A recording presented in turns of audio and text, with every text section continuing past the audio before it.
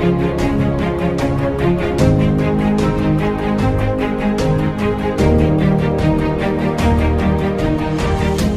Students, welcome back to the channel. आज से एक नया चैप्टर हम शुरू करने जा रहे हैं जिसका नाम है हेरिडिटी एंड इवोल्यूशन। जाहिर सी बात है, ये क्लास 10th का एक चैप्टर है और चूंकि ये पूरा चैप्टर है तो इसको हम छोटे छोटे पार्ट्स में डिस्कस करेंगे। इस टॉपिक को डिस्कस करने के लिए शिव कुमार ने कहा था। तो अगर आपको भी कोई टॉपिक डिस्कस करना है, आप चाहते हैं कि कोई टॉपिक पढ़ा दिया जाए, तो आप कमेंट करके मुझसे पूछ सकते हैं। देखिए, बात करते हैं यहाँ पर इस चैप्टर की हेरिडिटी एंड इवोल्यूशन की। तो यहाँ पे हमें बेसिकली दो अलग अलग टॉपिक्स को कवर करना है। एक है हेरिडिटी और दूसरा है इवोल्यूशन। असल में हेरिडिटी नहीं है, वो जेनेटिक्स है। चैप्टर का नाम हेरिडिटी एंड इवोल्यूशन है, लेकिन हमें बेसिकली जेनेटिक्स और इवोल्यूशन पढ़ना है, क्योंकि जेनेटिक्स में सिर्फ हेरिडिटी नहीं आता है, जेनेटिक्स में वेरिएशन भी आता है। और जब भी हम हेरिडिटी पढ़ते हैं तो उसके साथ साथ हमें वेरिएशन भी पढ़ना जरूरी है। ठीक है, तो हमें जेनेटिक्स और इवोल्यूशन पढ़ना है। तो सबसे पहले समझ लेते हैं कि जेनेटिक्स क्या होता है।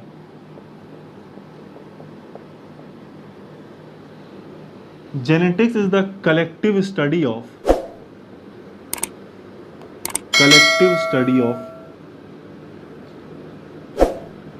Heredity and variation.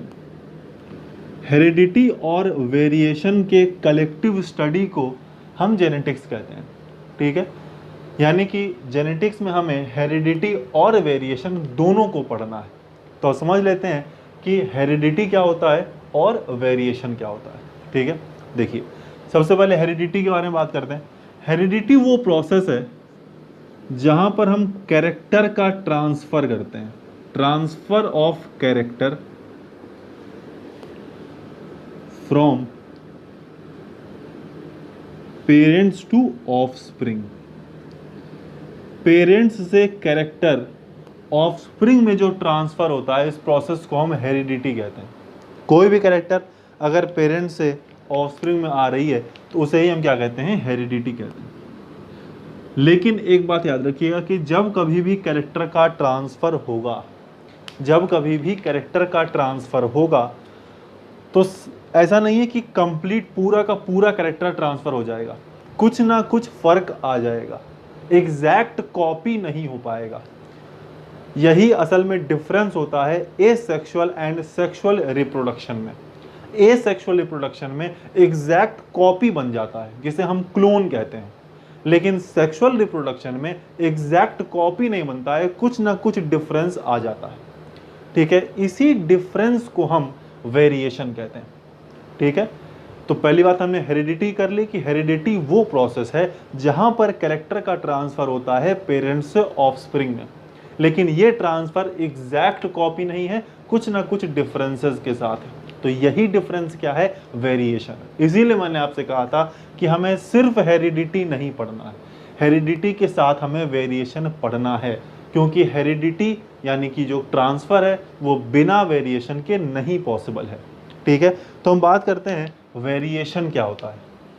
तो देखिए, ये तो हेरिडिटी हो गया। देखिए वेरिएशन क्या होता है, degree of differences between individual of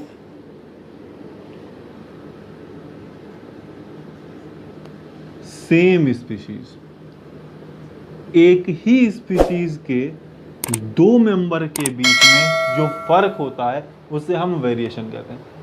अब अगर आप ये सोच रहे हैं कि सेम स्पीशीज क्यों ले रहे हैं, डिफरेंट स्पीशीज क्यों नहीं ले रहे हैं, क्योंकि डिफरेंट स्पीशीज में तो डिफरेंस होगा ही, वो तो स्पीशीज ही अलग अलग हो गए। सेम स्पीशीज में भी डिफरेंस है, ये हमें पढ़ना है।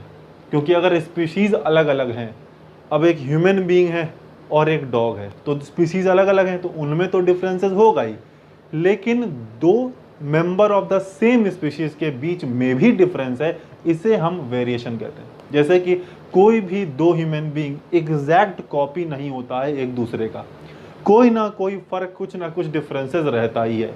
इसी डिफरेंस को हम वेरिएशन कहते हैं। और ये डिफरेंस या ये जो वेरिएशन है वो आया कैसे है, वो तब आया है जब हेरिडिटी हो रहा था, यानी कि जब कैरेक्टर का ट्रांसफर हो रहा था पेरेंट्स से ऑफस्प्रिंग में। ठीक है, अब देखिए आगे बढ़ते हैं, हम बात करते हैं वेरिएशन कितने तरह का होता है। देखिए हम बात कर रहे हैं वेरिएशन कितने तरह का होता है। तो वेरिएशन बेसिकली दो तरह का होता है। ठीक है, वेरिएशन दो तरह का होता है। ठीक है, देखिए कौन कौन से। एक होता है सोमैटिक वेरिएशन, एक क्या होता है, सोमैटिक वेरिएशन होता है। और दूसरा क्या होता है, दूसरा होता है ब्लास्टोजेनिक वेरिएशन। एक सोमैटिक वेरिएशन है और दूसरा ब्लास्टोजेनिक वेरिएशन। इन दोनों को समझ लेते हैं। देखिए सोमैटिक वेरिएशन जैसा कि नाम बता रहा है ये किन में होता है, ये सोमैटिक सेल्स में होता है। सोमैटिक वेरिएशन किस में होता है, सोमैटिक सेल्स में होता है। ब्लास्टोजेनिक वेरिएशन किस में होता है, जर्मिनल सेल्स में। ठीक, जर्मिनल सेल्स।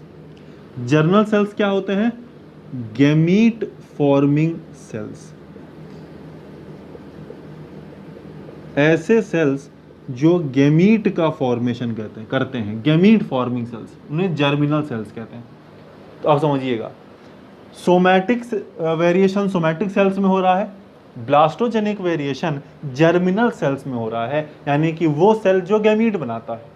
अब आप खुद सोचिए कि हमें हमारे पेरेंट्स से और क्या मिलता है, कुछ नहीं मिलता, केवल गैमीट मिलता है। ठीक है, हमें हमारे पेरेंट्स से गैमीट, देखिए कुछ नहीं मिलता है इसका मतलब जेनेटिकली बात कर रहे हैं। ऐसे तो सब कुछ मिलता है, लेकिन जेनेटिकली है ना, बायोलॉजिक पर्पज से बात कर रहे हैं कि हमें हमारे पेरेंट्स से क्या मिलता है, गैमीट मिलता है। ठीक है, मदर से हमें ओवा मिलता है और फादर से स्पर्म मिलता है। अब आप खुद सोचिए एक चीज़ कि कोई भी डिफरेंस या कोई भी वेरिएशन अगर इन गैमीट्स में आ गया तो वो वेरिएशन हम तक पहुंच जाएगा। क्यों? क्योंकि ये वेरिएशन गैमीट्स में हो रहा है और गैमीट हमें मिलता है, यानी कि ये उस चीज़ में, मान लीजिए ये गैमीट है, तो गैमीट में अगर वेरिएशन होगा तो ये हम तक जा रहा है, तो ये वो वेरिएशन भी लेके आ जाएगा। अब जो चीज़ हमें मिल ही नहीं रही है उसमें अगर वेरिएशन आ भी जाए तो क्या फ़र्क पड़ रहा है, वेरिएशन आ जाए, हमें तो नहीं मिल रहा ना। तो जब हमें वो चीज़ मिल ही नहीं रही है तो उसमें होने वाली वेरिएशन भी हमें नहीं मिलेगी, लेकिन गैमीट तो हमें मिल रहा है ना। तो गैमीट अगर हमें मिल रहा है तो गैमीट में होने वाली वेरिएशन भी हमें मिलेगी। मतलब सीधी सीधी बात यह है कि जो ब्लास्टोजेनिक वेरिएशन है वो क्या होता है, इनहेरिटेबल। वो क्या होता है, इनहेरिटेबल होता है, ये याद रखिएगा। ठीक, और सोमैटिक वेरिएशन क्या होता है, नॉन इनहेरिटेबल। ये इनहेरिट नहीं होता है, ये याद रखना है।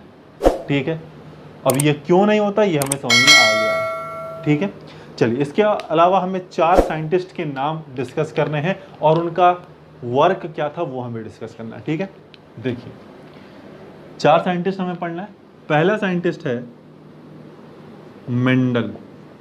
पहला साइंटिस्ट क्या है, मेंडल है। दूसरा साइंटिस्ट TH मॉर्गन है। तीसरा साइंटिस्ट W बेटसन है और चौथा साइंटिस्ट आर्चीबाल्ड गैरोड है। अब देखिएगा ये 4 साइंटिस्ट के नाम हमें याद रखने चाहिए। ठीक है, देखिए अब इनके बारे में थोड़ा सा मैं आपको बता देता हूँ। मेंडल जो हैं वो हैं फादर ऑफ जेनेटिक्स। मेंडल क्या है, father of genetics. W Bateson क्या है, father of modern genetics. TH Morgan कौन है, फादर ऑफ एक्सपेरिमेंटल जेनेटिक्स। और आर्चीबाल्ड गैरोड क्या है, फादर ऑफ ह्यूमन जेनेटिक्स। ठीक, या father of biochemical genetics.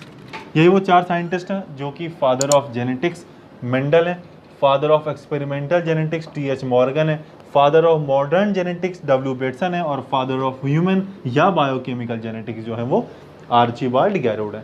ठीक है, इसके अलावा एक दो बातें आपको और जानना चाहिए, वो ये है कि जो टी.एच. मॉर्गन है, सबसे ज़्यादा जो क्वेश्चन पूछा जाता है वो यही पूछा जाता है कि टी.एच. मॉर्गन का एक्सपेरिमेंटल मटेरियल क्या है। तो एक इंसेक्ट था जिन पे इन्होंने एक्सपेरिमेंट किए थे, उन इंसेक्ट्स का नाम क्या है, तो उस इंसेक्ट का नाम है ड्रोसोफिला मिलेनोगैस्टर। ड्रोसोफिला मिलेनोगैस्टर उस इंसेक्ट का नाम है जिस पे टी.एच. मॉर्गन ने काम किया था। तो बेसिकली पूछा जाता है कि एक्सपेरिमेंटल मटेरियल क्या है, तो यही है। इन पे एक्सपेरिमेंट करके उन्होंने क्या बताया, उन्होंने लिंकेज के बारे में बता दिया, सेक्स लिंकेज के बारे में बताया,